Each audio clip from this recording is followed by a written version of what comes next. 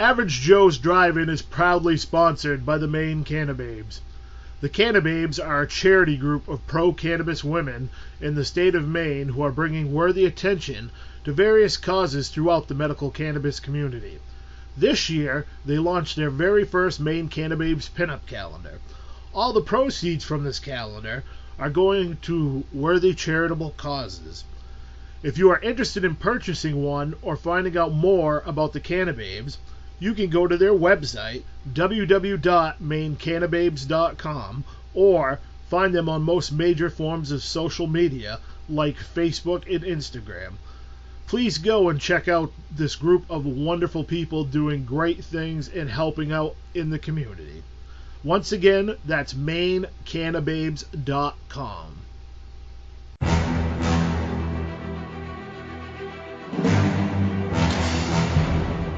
Welcome to Average Joe's Drive-In, your weekly podcast about movies, music, games, and other things entertainment related. Now, your host, TJ Washburn.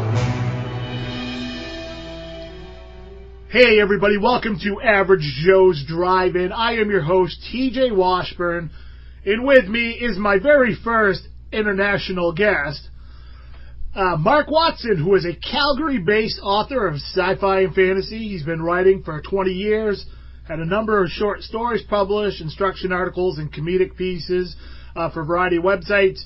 He has an education in fiction and writing from Athabasca University, if I'm saying that right. And there's a writer... Close enough. Yeah, and there's a writer for Toronto-based indie gaming company, Hard Mode Games. Marc, how are you doing? I'm doing fantastic. Thank you very much for having me. Oh, not a problem. Always nice to reach out to some new people that outside of my circle and talk shop with them about different things. So, why don't you tell everybody a little bit about yourself? All right. I'm, as you say, I'm based out of Calgary, Alberta, Canada. I've lived here since 1998, and before that, I was born and raised in the suburbs of southern Ontario and all around the Toronto area. I've been writing somewhat seriously, as you say, for about 20 years, starting in high school, kind of taking a backseat to life as time goes on, but I really started to refocus on this coming up in almost 2 years now. It was February 29th of 2016. I'm going to make a go of this writing thing, and really started to focus on it. I do still have a full-time job that I love, but writing has definitely stepped up for me, and has become one of the major ways that I fill my time when I'm not looking after my 2 young kids or spending time with my amazing wife. Yeah, I was going to say, looking after the kids is definitely a full-time job in itself. And Yes. So, how old are your children? I have 2 young boys. They're 9 and 7. The 9-year-old's almost 10, as he'll let you know just about any day. Yeah, they're getting to that fun age now where they're... Oh, yeah. I hear that about just about every age. It's like, oh, they're going to be 5. Oh, that's a fun age. Oh, they're going to be 10. Oh, that's a fun... It's true, though. Like, every single age is fun. They're fun for different reasons, though. Yeah. As they get older, then you can kind of start... like a lot of people, they kind of get the... heaping on the stuff they love to their kids at a young age, and then they, then it's kind of cool to see where they go and, the stuff they get into, and then kind of, being able to, I guess, relate more to you or you to them or whatever, or learn something new from them to what they're into and vice versa. And, yeah. Yeah, oh, definitely. And I think we're always kind of going through that period, but it's getting more and more all the time. Especially as they get older. So yeah. So you have a new book out entitled "Death Dresses Poorly." Yes, that's correct. It will officially launch on December 12th. You can pre-order it now from a couple of different places. But yeah, it's right around the corner. Coming up quickly. So why don't you tell everybody a little bit about the book and what it's all about, and sell people on it, make them want to buy this. Oh, yes, that's exactly what I'm fantastic at. Yeah. All right. Death Dresses Poorly. It's a dark humor, urban fantasy, very digestible size. I came from a world of writing epic fantasy, and this was definitely a departure for me. And it's a story, kind of a story about redemption, finding one's direction. The main character, his name's Ethan, and he's kind of looking for something. He's had a bad lot in life, and he's confronted by a mysterious stranger who gives him a proposition that he's interested in but doesn't fully believe, and the stranger turns out to be Death, who wants to recruit him for the job and take him around to all the different worlds while also hopefully trying to mend whatever issues it is that Ethan has been dealing with from his past. Because, they're two very similar characters. I like to say that I wrote them as myself at the age of 20 and what I expect I'm going to be at the age of 50. It's very... I'm making guesses of how I'm going to be, but it's foreshadowing. Yes. I could do okay becoming the Death character that I've written at the age of 50. But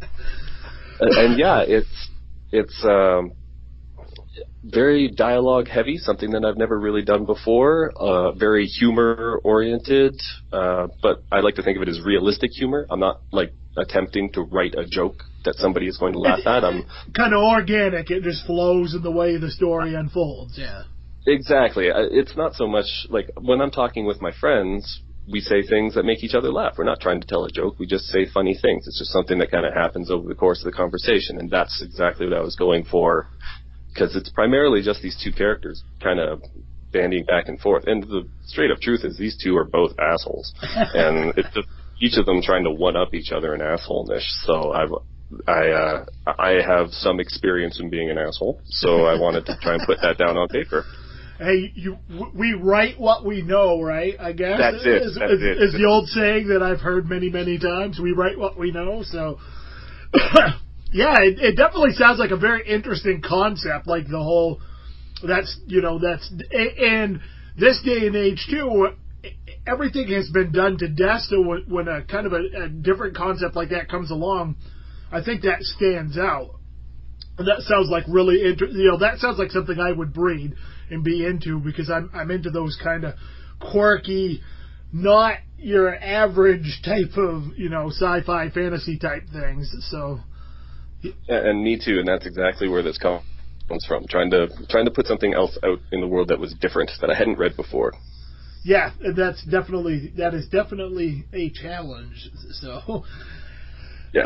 I think I once heard, especially like with horror, you can really only write like 5 different types of horror stories. It's just a matter of putting your own spin on them. And I think the same thing goes with a lot with like fantasy and sci-fi as well. There's certain arcs that are overdone to death, so when something different does come along that's maybe not your just traditional straightforward fantasy or sci-fi that has a little bit of a mix is always a good thing, and it's always something that like I said, I think it stands out, so that's cool. I hope you have a lot of success with that. Thank you. I do too. I like to say that my overlying goal is that I never wanted to be a ridiculously successful writer. I just wanted to make enough to take my family out to dinner for putting up with me. So I'm hoping that this is going to get me there. Yeah, I hear you there. I was, I kind of similar to you in some aspects with the writing thing is I always wrote when I was younger, up through high school, and then in high school I got into playing music, and that took over my life, and I spent the next 14, 15, 16 years playing in bands and doing shows and stuff. So when I got done, I started writing again, and I really started focusing on that. So and then you come back to it with a point of I would love to do it full time. I would love to that be my job, but for now I'm just happy if I make enough, so maybe once in a while I can treat somebody to dinner, or or buy somebody a present, or not feel bad. All right, I just earned $50 in royalties, sweet, sort of thing. Yeah. That's exactly it. I mean, at this point in my life, I say it freely. I am a 38-year-old man, and I have absolutely no illusions about where I'm at and what I'm going to do.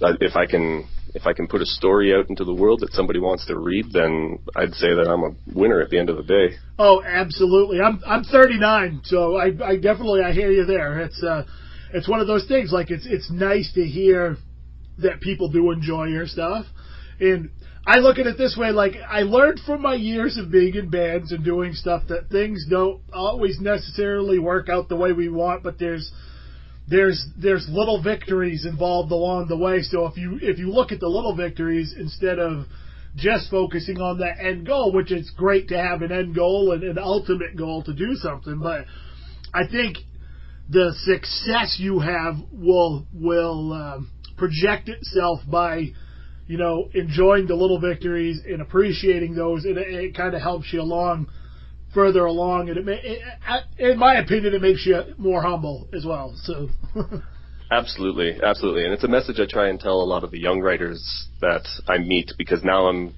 doing it more seriously. So I'm going to conventions and I'm reaching out to people, and I come across a lot of young writers, like 18, 19, 20 years old, with the stars in their eyes, and bless them for it. I could not do that right now.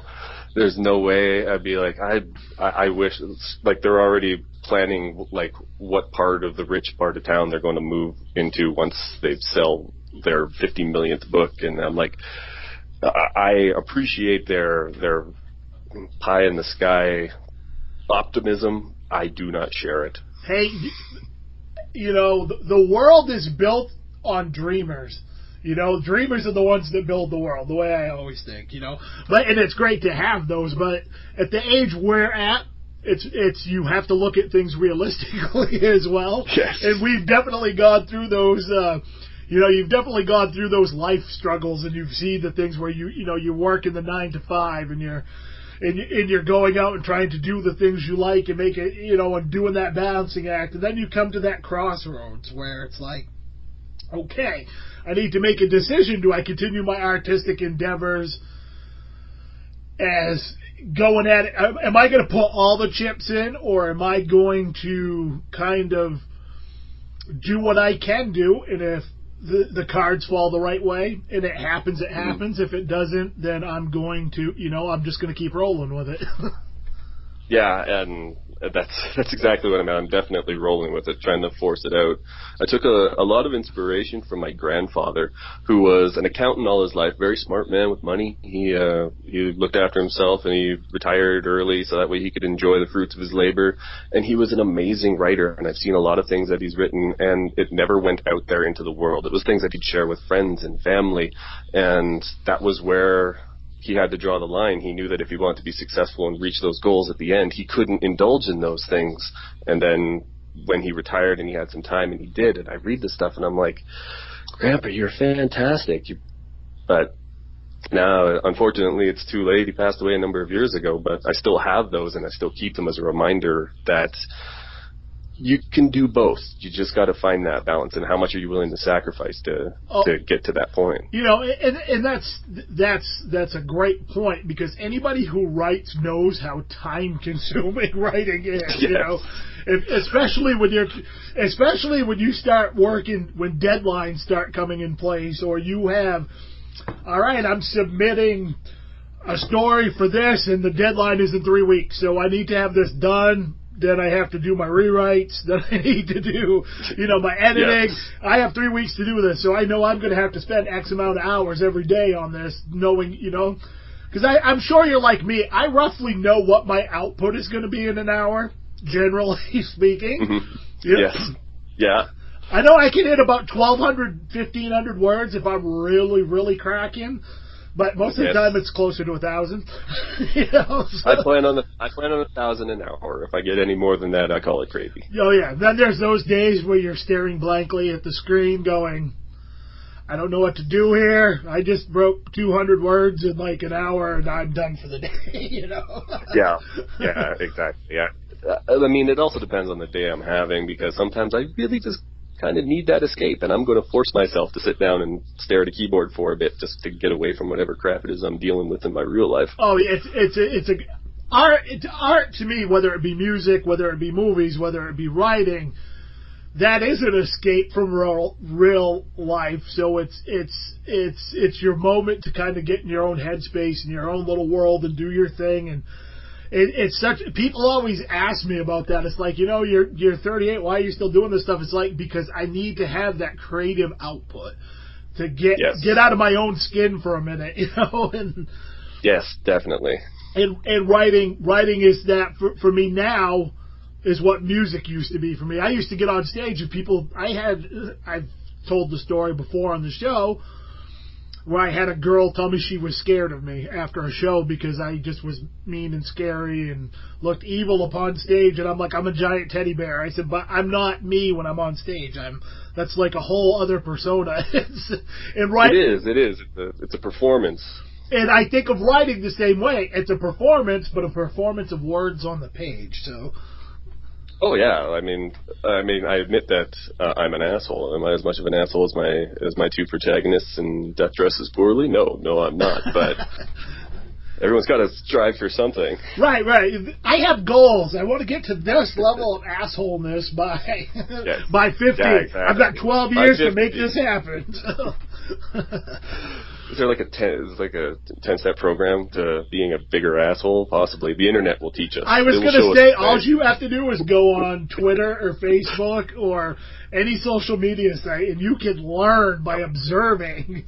And and we as writers, I think that's one thing, is writers have a natural tendency to be observers of their surroundings, because you're always picking up on little things going, that would be kind of cool to throw into a book. Or what if this guy was doing this thing and I could throw that? So, yeah. Oh, yeah. You're a student of behavior, I guess, Absolutely. Like, I can say the very first chapter of Death Dresses Poorly, it jumps right into the meeting between Ethan and Death. And they're in an airport. Ethan's coming back from his mother's funeral. Not spoiling anything by saying it's in the first chapter. And other than, like, the personal nature of it, like the coming back from a funeral, the entire scenario is almost moment for moment, word for word, something that actually happened to me in Chicago O'Hare Airport where the scene takes place. I just subverted it, added a little bit of fiction, threw in a tragic backstory, and now you got yourself a book. Oh, for sure. I mean, that's just the way... That's the way I think most writers go about doing things, is it's something that happened to you. Well, not always, but sometimes it's something that happened to you. You change a few details and add a few fantastical elements to it. We are the arts of the flourish. I saw a great quote. It's one time. It's like, "Don't piss me off, or I'll kill you in my book," type thing. Yes, I've seen that one. And I have a list. Let me tell you, I'm building it all the time. I have my my fictional murder list of people. Yeah, that this is my fictional victim enemy list. It's exactly. So, I was going to ask you, other than Death Dresses Poorly, what else? You got anything else you working on right now, or you've got out that you want to talk about? I put myself into an interesting position because I originally started writing, and what made me really want to focus on this writing as a full-on thing, was that I wrote a 250,000 word epic fantasy adventure. It's called Catching Hell. And I eventually ended up breaking it into two smaller, a little bit more bite-sized pieces because there's not a lot of publishers that are looking for a 250,000 word first novel. That's a lot. It's a lot, and so I broke it up into two and focused on editing the first half of it, and it was picked up by a publisher just outside of Toronto, primarily an ebook publisher. And it will be out in March. Oh, very cool. So while I was getting that ready and I'm going through that process, they gave me a 14-month window until publication, which, I mean, up to about a year to a year and a half is pretty standard. And in that time, I was able to connect with Fluky Fiction and I really liked what it was that they were focusing on and kind of their mantra when it comes to looking for particular authors, and I really thought I fit that. So I was able to get on with them, and so my second book will actually be my first published book because they're a smaller publisher that can work a little bit faster. So I've still got Catching Hell coming out, the first part of it at least coming out in March, and that's my first book that was picked up, but it's going to be my second release, if that makes any sense. Oh, that makes perfect sense. I understand what you're saying. It's the world of most entertainment moves very slowly, and I don't think most people realize that. In the age of everything is like instant gratification now. Yes. People don't realize that the book you're reading right now has been in works for like 3 or 4 years, and a lot of times it's been years in the making. So. Yeah, exactly. Or it's when you see interviews with actors who are discussing whatever it is whatever movie they're promoting. Like, it's okay, so Scarlett Johansson's going out and promoting whatever Marvel movie, but she actually ended up filming that like 2 years ago, and she's done a bunch of great independent movies since then. So she has to put her mindset back into what it was like filming that Marvel movie, and she's not going to be talking about those indie movies until Oscar season next year. Right, exactly. Yeah. Because it's weird, like, especially when you go to conventions and stuff, and people will be like, well, hey, and I'll be like, this is my new book, I just put it out, blah, blah, blah, and then they're like, well, so when's your next book going to be out? Well, I haven't written it yet. It takes a while. I am always working on things, but it is a slow process, so. Yes, definitely. I mean, I'm kind of sitting okay because I know that I've got Catching Hell Part 2. It needs a whole bunch of editing, but hopefully I can do something with that. Let's see how Part 1 goes. But even beyond that, I don't know what the opposite of writer's block is, but that's what I have, where here's a concept, I'll write 3 or 4 chapters of it, fantastic, and while I'm in the middle of that, something else will come along, and I'm like a cat with a laser pointer, just like, I'm just going to chase that for a little while until something else comes along. I go through spurts of that myself, and I have a folder of, it's just my idea folder, and I will write a synopsis down, and maybe a few, if I have some real specific character stuff, I will throw that in there, and then I will go back to what I'm writing. And then I'll throw that, and I'll do that many times over the course of a book I'm working on. And sometimes it's weird because for me, I'll go back and I'll look at something and I'll be like, man, that idea sucks. Or that idea is really cool, but I can think of some other things to add to this. So. Yes, yeah, and I'm slowly starting to learn that organizational process now because I have a book, a work in progress that I've got that's 40,000 words deep, and I'm about halfway done where I want it to be, and it's been sitting there doing nothing for a year because I was distracted by all this other great stuff, and I realized I got to stop getting distracted by these other ideas. If they're really great, they're still going to be there in a few months when I'm done working on this, and even if it's just a first pass on this work in progress, I can come back to these other things, and I haven't gotten there yet. I'm bouncing from shiny thing to shiny thing. Yeah, I'm currently working on 3 different novels, so I know your pain. I can't seem to focus on any one of them and I've never had the problem of, I have never personally tried to write more than one thing at a time. Usually I just focus on one project and bang it out, but this time I was kind of having writer's block with one, so I started another one, and then I started another one, then I had like a complete brain freeze and needed to get away from my usual like dark fantasy horror stuff and write something different. So I did my new book, which it's almost like it's a journal style book, and it's very different for me coming from the horror, dark fantasy type stuff. So yes, it's more personal and just kind of like life observation. Some of it's funny, some of it's serious. But I had to do something different to like kind of reset my brain a little bit. Now I'm getting back into those and doing some short story submission stuff. That's it. That's exactly what Death Dresses Poorly was for me, because I spent the better part of 3 years, possibly even 3.5 years, writing Catching Hell, and when I was done, and gone through the first few rounds of the editing on Part 1, I was just done. I didn't want to look at anything even close to Catching Hell, and I wanted to create something else. And almost say that Death Dresses Poorly started off being just like a one-night stand after a long relationship. That turned into something more. Well, you caught feelings. It happened. It did. You don't expect it. It comes up in the weirdest places. You weren't going to have breakfast the next morning. You were just planning on getting up and going. You had breakfast. Things happened. Yeah, and it's amazing the way that it works like that. But yeah, that's pretty much exactly it. It was something I can say that I wrote the first pass of this in 6 weeks. Wow. And when I was first done with it, it was about 45,000 words, and it's been beefed up and re-edited and such since then to something a little bit that you can smash out in more than a train ride.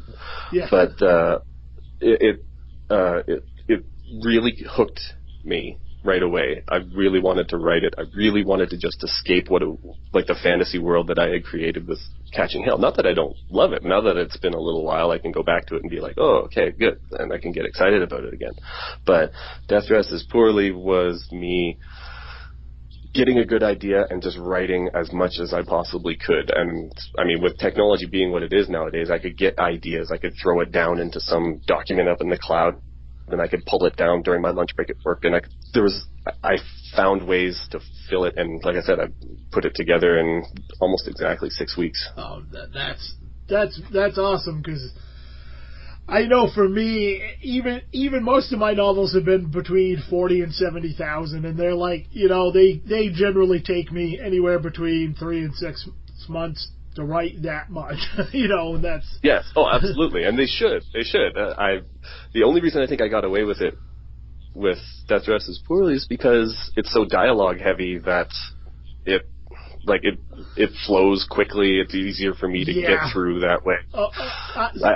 I don't have to worry about grammatical changes and all that because I'm just dealing with the way people talk. See, that's what kills me is the grammatical changes, because I write what I think instead of I know what's proper, and then I have to go back and change things. So, yes.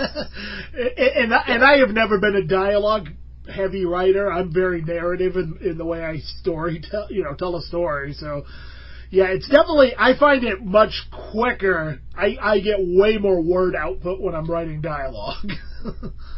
Yes, definitely. Especially when you get in those moments where it's like you're having that conversation in your head and you're hearing your response, and before it even happens, and you're trying to write everything down fast enough. And yeah, and I mean, giving these two protagonists my voice, or at least like a variation of my voice, that made it even easier, because I'm like, what would I say in this scenario? And then that's what I would write down. I mean, at some point I did have to differentiate them somewhat, but that's exactly how it started, with them both just sounding like a younger and older version of me.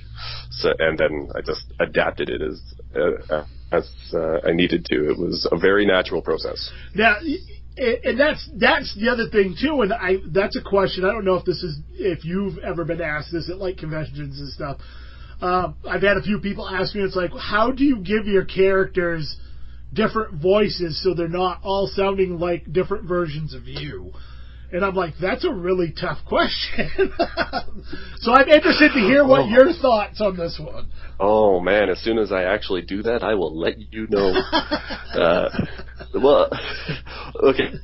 Well, with this book, it is true that they mostly have my voice, so it's not too much of a stretch from who I am right now, especially if you catch me in a jovial downtime.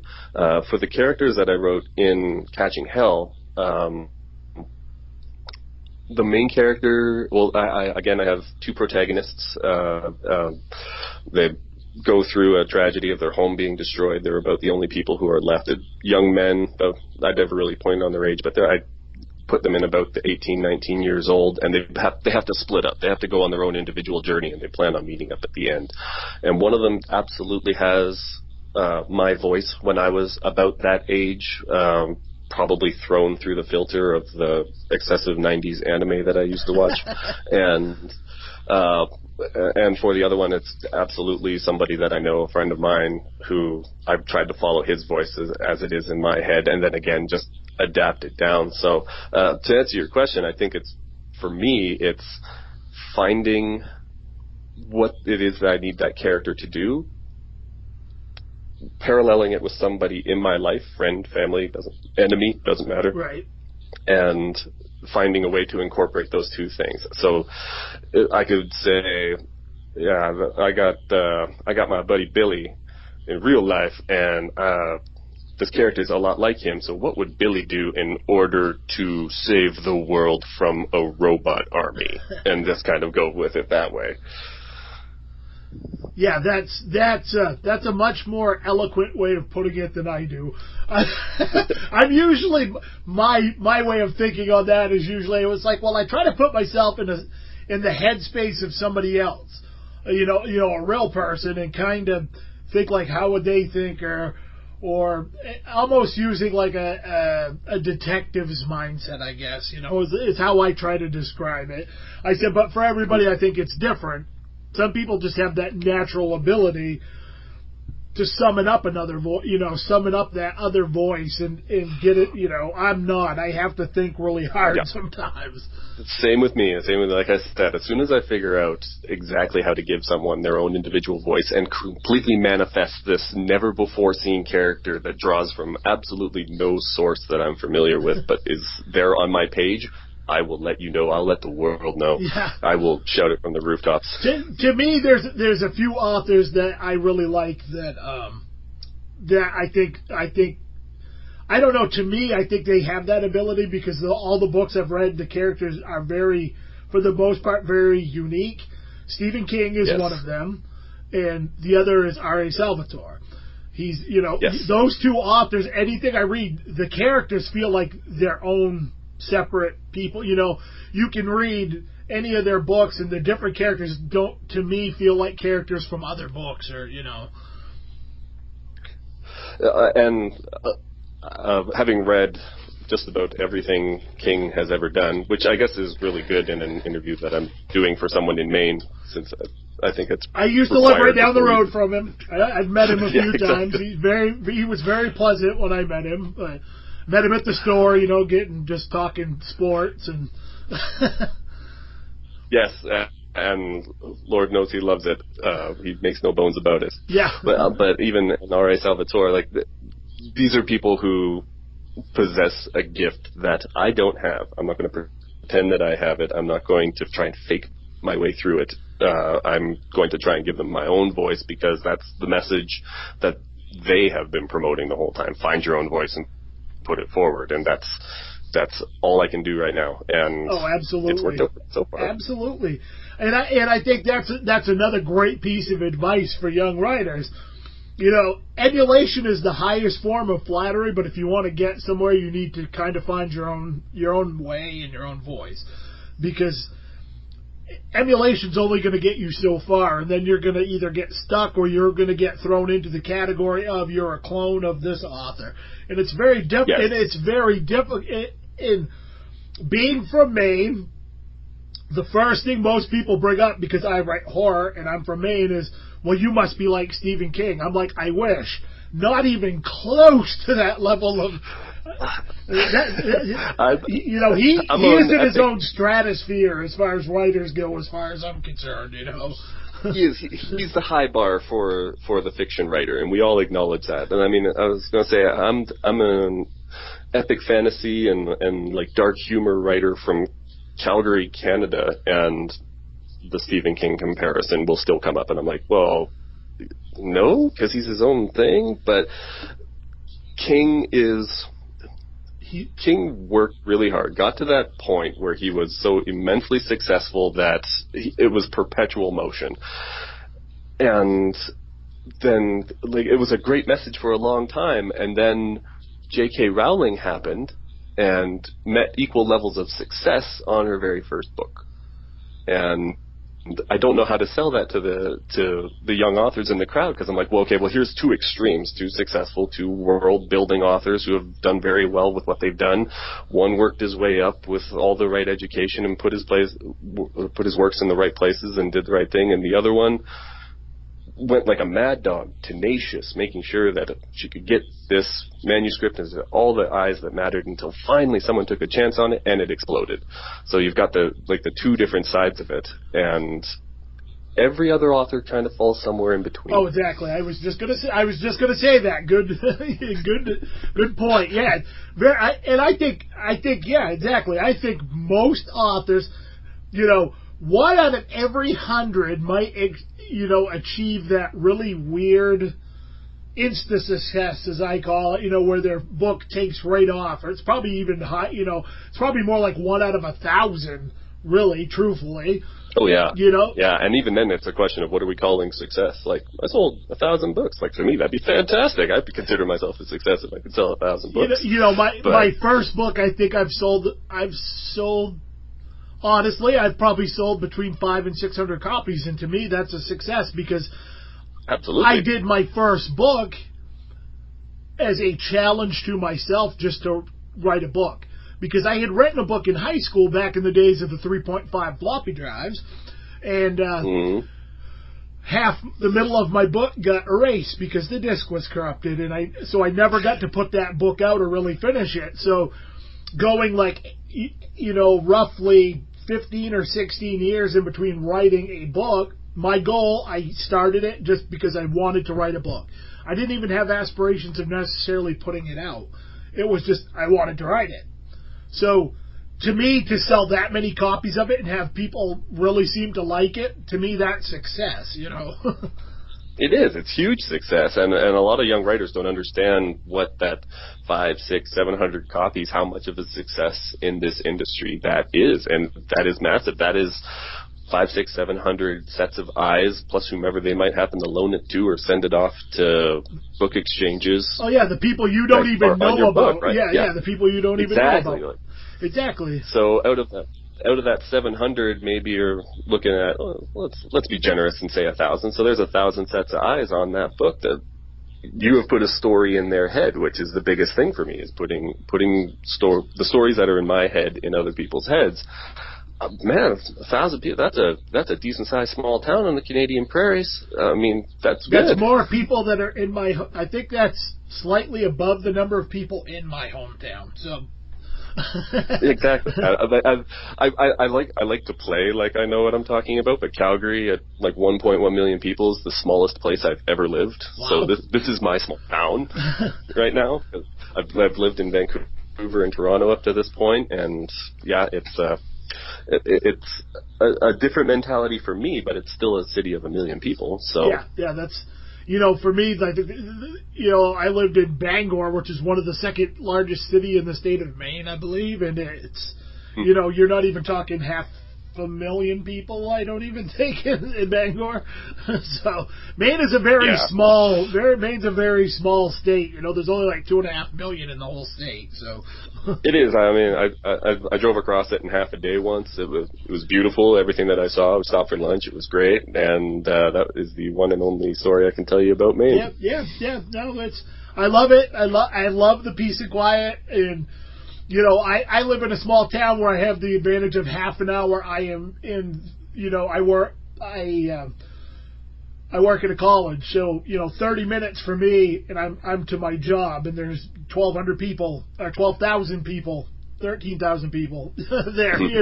So it's just that to me it's like an extreme thing, but it's it's very, very interesting. But I think a lot of times where we live also plays into our writing, whether we even know it or intentionally do it. I think those backgrounds do pop into stories a lot. Just the experiences and how we have grown up around them and such. Oh, well, for sure. I mean, growing up in and around Toronto, I mean, very multicultural, a ton of different influences coming from all around the country and from the United States, because, I mean, you get up into the CN Tower and we can see New York, right? Like, it's right there and it's in your face, but there's also that, well, it's also on the other side of that line, so we're going to consider ourselves different. Yeah. And all of these different kind of melting pot things come together, and those are definitely the kinds of stories that I try and write, like seeing beyond any kind of color lines and seeing beyond any kind of race and nationality and seeing beyond that. And the stories that I write have nothing to do with that. And somebody pointed out to me, it's like, oh, is it because you grew up in where you grew up, like in and around Toronto, and I'm like, well, I guess that's as good a reason as any. I'd never really considered it, but I didn't even think about it until it was actually brought up to me. Oh, for sure. And I mean, like, I realize, and this also is a reason I think people will, say, well, you're just trying to be Stephen King, is you write a lot about small towns. Well, that's what I know. I'm from a small town, so exactly. I have that experience, and I've gone out, with my bands and played shows, all over New England and in other places and things like that. And I have I have a very diverse palette of friends, so I kind of try to, interweave that with the small town thing. And I don't think anything of it when I'm writing characters and something pops up. I don't think anything of it. It's just like, that's just because that's what that character needs to be. Yeah, exactly. And you rely on somebody else to suddenly point it out to you and say, oh, this is just like this aspect of your life. And it's like, I had never even considered that. I just needed somebody in a time and a place in this story, and they fit the bill. And that's what I know. Oh, yeah. So we don't, it's second nature. It was pointed out to me one time about the name of one of my characters, and they were like, well, that's kind of racist to name that character that. I said, that's one of my friends' names. I didn't think anything of it. That's just what I wanted the name to be, and, it was like, there's nothing racist about it. That's her name, so. It's amazing the way we focus on these kinds of things. I'll tell you this, and I think even going back to because when I first sent some information and first started going back and forth, there was a synopsis of Death Dresses Poorly in there, and the synopsis had originally the character's name, Ethan's name, was something different. It was Hayden. And the reason I chose that is that's my oldest son's name. Absolutely no connection between the two of them, but it was easy. I like good, punchy 2-syllable names, just something that rolls off the tongue. I needed something millennial. I needed, like, that millennial name, and that's, I think anything that rhymes with Aiden at this point probably fits that bill. And so we're going through conversations about it, and then I'm just like, well, this character is an asshole. My son is not an asshole, at least not all the time anyway. Maybe on average about the same as any other 9-year-old. He has room to grow. But no. He does. He's going to learn from the best, I'll tell you that. So I said to my wife about it, and we're like, I don't think this character needs to be our son's name. We can change it. And Ethan sounds very similar, and I really like the name Ethan. I still think it fits that kind of millennial bill. And I didn't even think about it. It didn't even click in my head until the story was fully fleshed out, and I'm sitting there and I'm reading it, and I'm reading it to my wife. I love reading to my wife, by the way. It's just even she can clearly read on her own, but I like the togetherness of sitting there with her and reading a story, be it mine or someone else's. It's very intimate. And it is. It's better than sitting down and watching TV sometimes, depending on what's on. But yeah, it was just he doesn't need to be Hayden. He doesn't need to have that same name. And I spoke to Kara, the publisher, and I think we got to make a change. Yeah, quick, no problem in today's digital age, and Hayden becomes Ethan, and everybody's happy. That is one thing. I'm not sure if you are a Microsoft Word guy like I am, but I am a guy. I'm a Word guy. That's one of the things I love about Word is I have changed a few of my characters' names last minute because I was like, I don't think this character feels like a so-and-so now. It's yeah, absolutely. Find and replace. Yeah, find and replace is a miracle time-saving device. Yes. It didn't work so well. Originally in Catching Hell, I had 3 protagonists, and 2 of them went off on one side of the adventure, one went off on the other. And about the 3rd or 4th pass-through, I was like, this one protagonist, I love him. He doesn't do anything for me. There's nothing about this character that's required. I think it'd be much better going one in one direction, one in the other, and just give his character arcs maybe to some surrounding characters or incorporate it with this one that he was paired with. And so then I'd go through and I'd make the changes and I'd delete all the instances of that name. And even now that I'm going and I'm still somewhat editing part 2, I'll find a they where it should be a he because there's this remnant of this old character that just refuses to die and refuses refuses to go. I'm like, go away, Paul. I don't need you anymore. And it still kind of trickles up, but it was that whole find and replace. And so I'd go and I'd find, and even eliminating the names, I'm still finding these little bits of this character that I considered worthless and killed. The remnants, it's the skull, the soul screaming to, I'm still here, you can't get rid of me, I'm haunting you. So, absolutely. Authors are haunted by every character they ever killed. Yeah, I have a high body count. Yeah, that's the horror genre. I have some friends in the industry who are right there with you, my friend. So the second half of Average Joe's Drive-In, I always like to discuss movies with my guests. So you give me some movies that you like, and I wanna discuss them a little bit with you. Absolutely. So 4 of them I'm actually very huge on. The Fifth Element, one of my absolute favorite Bruce Willis movies ever. Right up there with the Die Hard films. And so being a sci-fi fantasy author, it only makes sense that you like The Fifth Element. And it was a great combination of the story, a completely original story. I mean, we're talking about a story that didn't come from somewhere. This isn't an interpretation of a Philip K. Dick story, like a lot of movies are that a lot of people might not realize. Yeah. It was born basically in the brain of Luc Besson and put onto screen because he had some success with his earlier action films, and they just drove a dump truck full of money up to his house and said, make whatever you want. And this is what he came up with, and it's brilliant. The thing I love about Fifth Element so much is it's a gorgeous film to look at, for one thing. Visually, just very gorgeous. 2, it's got the effects still look absolutely stunning, and it's almost, 20 years old now? Pretty close. Yeah. You know, the story itself is very unique, like you brought up. And the characters, you actually like, the characters are likable, whether they're bad guys or not. And I brought this up about a film I just recently watched. What the hell was it? And I absolutely... and the new Ghostbusters film. Mm-hmm. I absolutely hated the villain. So I was not invested in the villain at all. I'm like, that is such a cardboard, generic villain. And it kind of hurt my liking of the movie a little bit.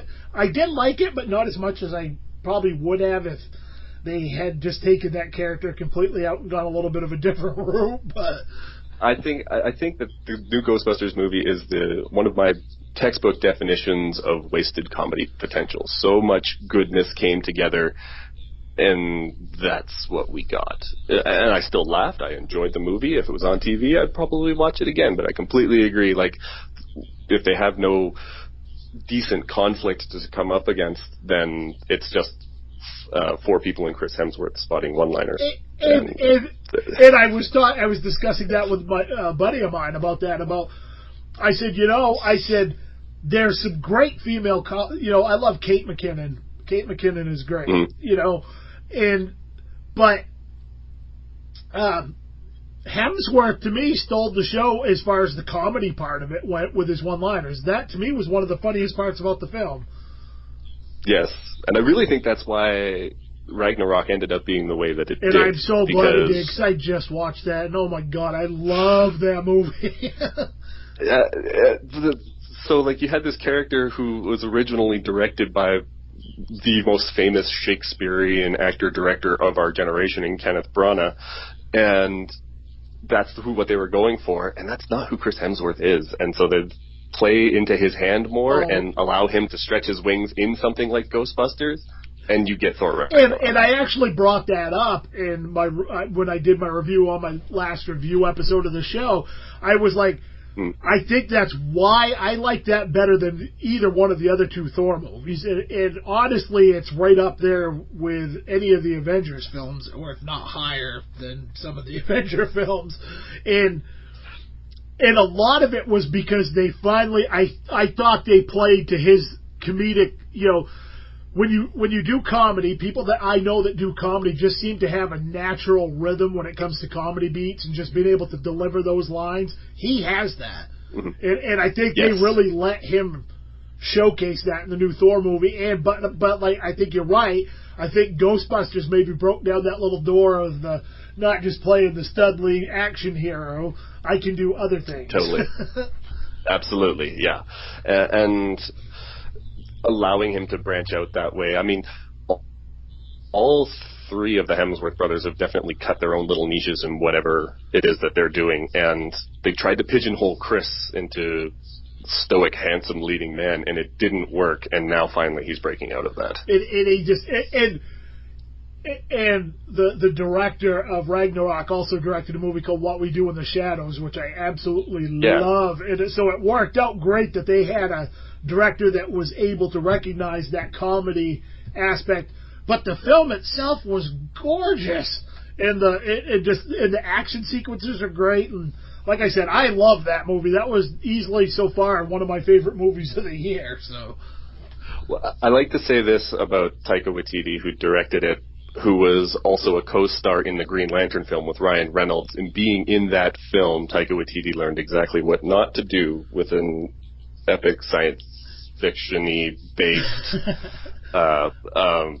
superhero movie. And I'm probably one of the few people that sort of like the Green Lantern movie, for even though it's full of lots of faults and issues, I do enjoy it. I probably wouldn't watch it if it was on TV, but I know where you're coming from, because I am about the biggest proponent of the Ben Affleck Daredevil movie that you're ever going to find. Yeah, see, now that's one I couldn't watch again. I struggled to get through it. Yeah.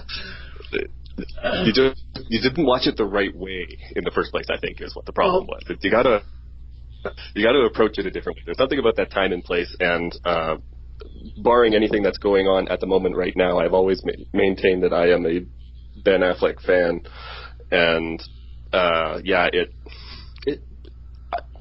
did not think it sucked. Is how I'll end that. It's one of, now, see, I liked Elektra, which was almost on that same level there of Daredevil, but yes, it was. I liked it, but I've only seen it once, even though it has been on, or I have had the opportunity to watch it again. So I guess that kind of answers exactly how much I liked it. Whereas Daredevil, especially the director's cut, I'll watch. It was one of those I like it enough to watch it once deals, and then probably I will never watch this again, or it's going to be 20 years before. Yeah, exactly. Yeah, and I have a soft. Most people that know me and have listened to the show know I have a soft spot for bad movies anyway.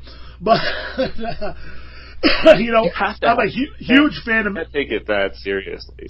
But I enjoy them on a different level of like a good, than a good movie. Some people can't appreciate a bad movie for its genius, unintentional genius, I guess is the best way to put it. And that's but I'm a huge fan of Mystery Science Theater 3000, so. Yes. Oh, yeah, absolutely.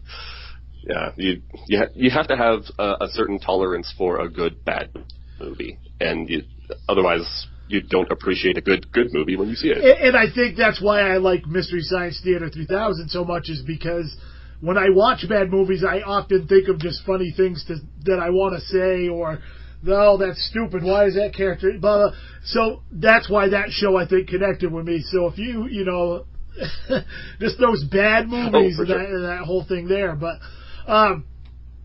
now you have another film. We kind of got off the tracks of the Fifth Element thing, but that's fine.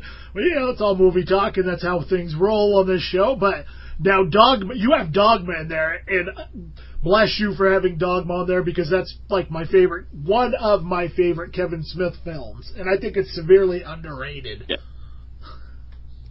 It is. I mean, I feel like the entire View Askew universe, as it is, kind of drowned it out, especially after he started revisiting, like when Clerks 2 came out. And I like Clerks 2, but I mean, he branched out. He started doing other movies. He did things like Jersey Girl, and he was ending the View Askew universe. And Dogma just kind of got left, like, because it was followed by Jay and Silent Bob, and so obviously those are two really funny, really great characters, and I even think that they carried their own movie really well. They made it a slapstick kind of comedy. I love Jay and Silent Bob Strike Back, so yeah. Oh yeah, it's great and it's brilliant, and he focused on these two periphery characters and made them main characters, and it didn't suck. And a testament to his writing and his direction, especially when he is one of those main characters, and you got to make it not look like you're just like fan servicing yourself. Oh yeah, you don't want to be too self-masturbatory there when it comes putting yourself in something.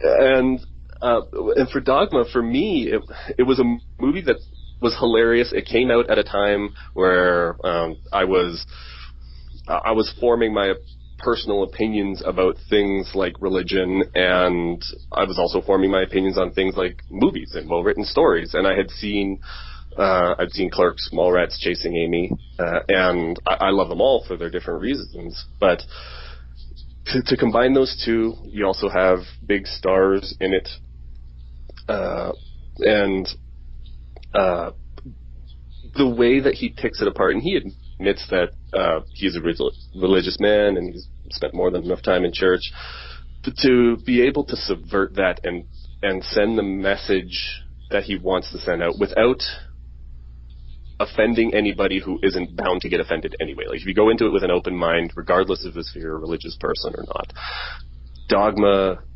I just felt had the ability to speak to the viewer, not dumb down things, even though it was in a silly comedy, present messages that we could all listen to and we could all appreciate, and walk away feeling good and not feeling dirty that we just saw this movie that was just bashing Catholicism or religion specifically.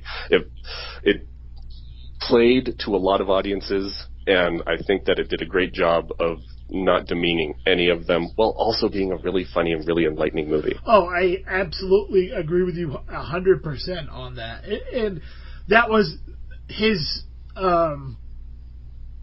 that's one thing I've always really liked about Kevin Smith, is he can say something without necessarily beating you over the head with the ideals in subtle ways and kind of slapsticky ways. So he kind of softens the blow a little bit, maybe more so than a really super serious film might not.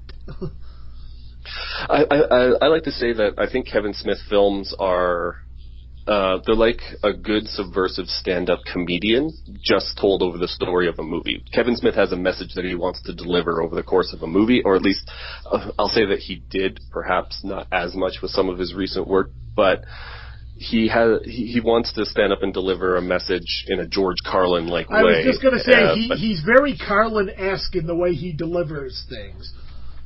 Exactly, and to the point where, of course, he worked with George Carlin in 3 different movies. And I thought that was, by the way, I thought that was absolutely brilliant, having him as the Pope, not the Pope, but the Cardinal. The Cardinal in Dogma was absolutely brilliant as far as I was concerned, of having Carlin there for that, yeah. Yeah, and I mean, for anybody who went in knowing George Carlin for anything other than Bill and Ted movies, you got it right away. You understood the nod and the wink, and you appreciated it because you knew that he was going to buy into whatever it was Kevin Smith was writing and deliver it the way that he did, and it was a nod and the wink that I really appreciated. Oh, absolutely, absolutely. If you're a fan of comedy, it's one of those things that you're just like, I get what you're doing. And yeah. Oh, absolutely, yeah. Yeah, I see. There's a few of us that are in on this gag. Good job, guys. Slow clap. And I think one of the things that hurt Dogma too, as far as like just maybe it's not so much in the mainstream eye or the average moviegoer eye, is even though he went about it in a gentle way, it is a bit of a, people, the subject matter, I think, may have turned a lot of people off. And it's an inevitability that if you start talking about Catholicism and you start making it hold a mirror up to itself, even if you're not meaning it in a spiteful way, which of course a lot of people would, then it's going to get backlash. People aren't even going to see the movie, and they're going to complain about the movie just based on the subject matter alone.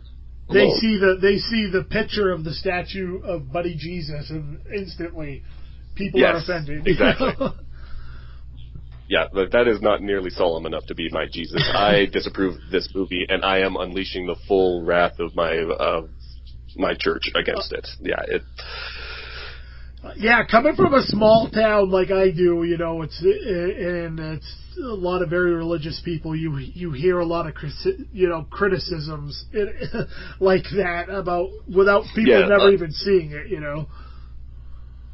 Oh, absolutely. And I mean, I understand what you're doing, especially if you're so wholly devoted to your religion. More power to you. I completely understand it, but you have to be able to hold that mirror up to it. You have to be able to laugh. Going back, even similar to what we were saying about like bad movies, you have to be able to kind of appreciate a bad movie, step back and appreciate a bad movie. You have to be able to step back and appreciate your religion without getting overly serious about it, because that's straight up how wars start. Oh, absolutely.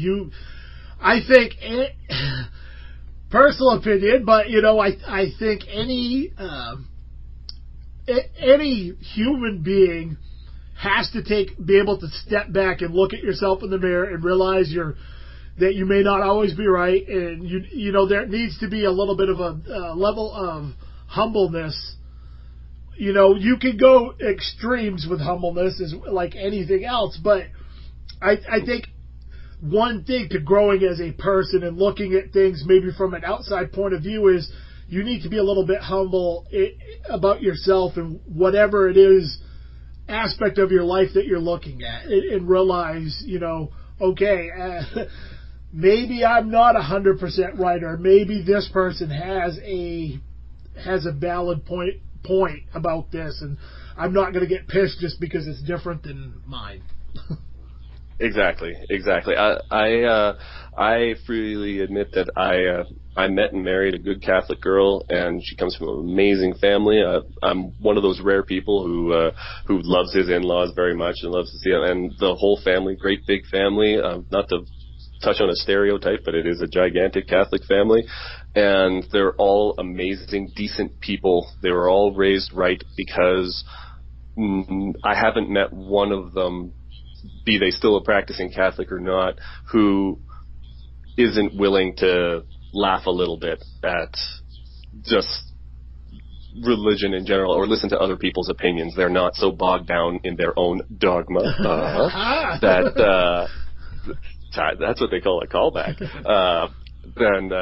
That they're going to get in a huff about it and get incredibly angry. We might not agree with things, but at the end of the day, I married into this family. I come from a very small family, and I agree with each of these people in their own way, and I'm thankful to have them, and they have done huge things for me in showing the way that I think, be it Catholicism or any religion, should be, which is have your faith, keep an open mind, and listen to what other people have to say. I always, that's a beautiful thing, because I've always said this, and it's kind of something that my mom always kind of preached to me, was lead by example, treat people the way you want to be treated, and don't judge somebody until you get to know them. Those three things, and keep an open mind. It's the truth. It is. It's the golden rule for a reason, right? Like it really does apply. It doesn't really matter what your faith or belief system is. The golden rule applies. It applies, and I've always taken that to heart so much that I have a tattoo on my arm that says, "And ye harm none, do as you will. Do unto others as you wish to have done to you." That is tattooed on me permanently. Exactly. So that's how much I believe in that, sort of thing. So for sure, for sure. But so we're getting kind of to that magical hour mark here. So, I said, these things sometimes, man, you can just keep going and going and going, and then you end up with a 5-hour show. But not that there's anything wrong with that. But I'm getting hungry. I'm not going to lie. It's been a long day. No, it's okay. It's okay. I completely understand. I can do this all the time, and I will. I'll probably jump online at some time tonight and talk to my friends, and because having lived in different places, I got friends all over the place. I absolutely hear. We'll play some video games, and we'll talk about these kinds of things. I hear you there, and that is one of the reasons that I started my podcast, is because through the years of being a musician and different things that I've been involved with, I have met so many cool people. Well, those people are all spread out throughout the United States, the world, really, Canada, the United States, all over. So this is my way of being able, I started this show with the intention of this kind of being my way to keep in touch with some of my friends I don't see, or, that I don't necessarily like game with online or anything.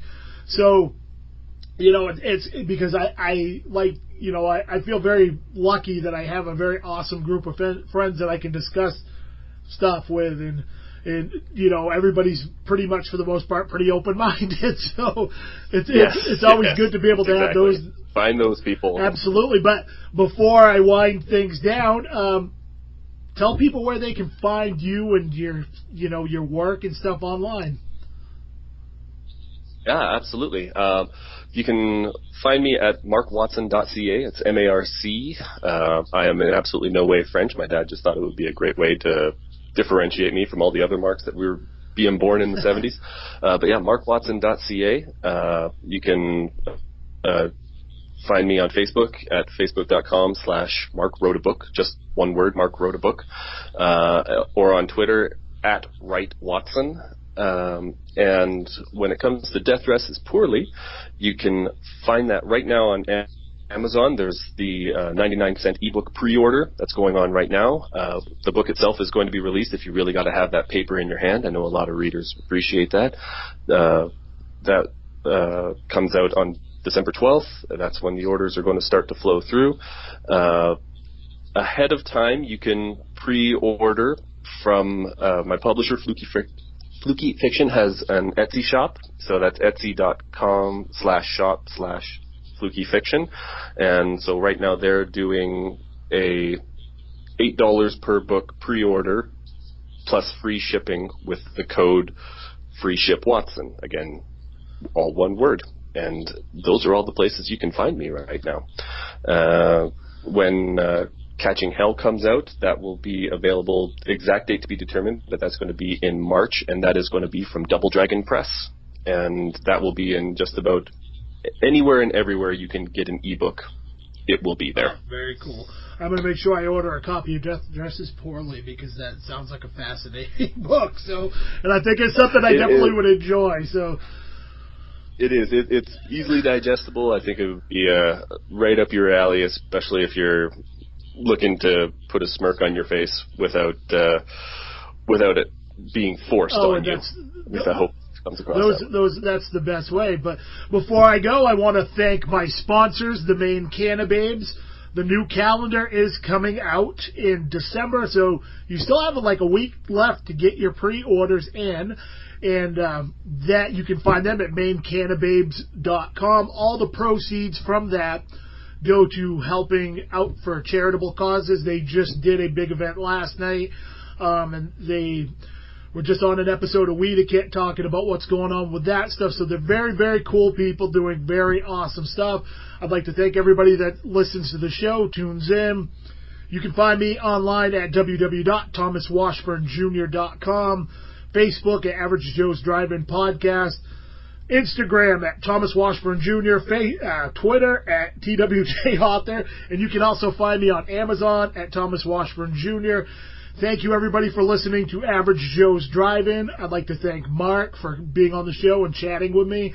I definitely have to have him on again soon. Maybe when Catching Hell comes out, we can just talk again. That'd be great. I'd love it. So, once again, everybody, thank you for tuning in to Average Joe's Drive-In. I am your host, TJ Washburn, and I will see you sexy animals on the flip side.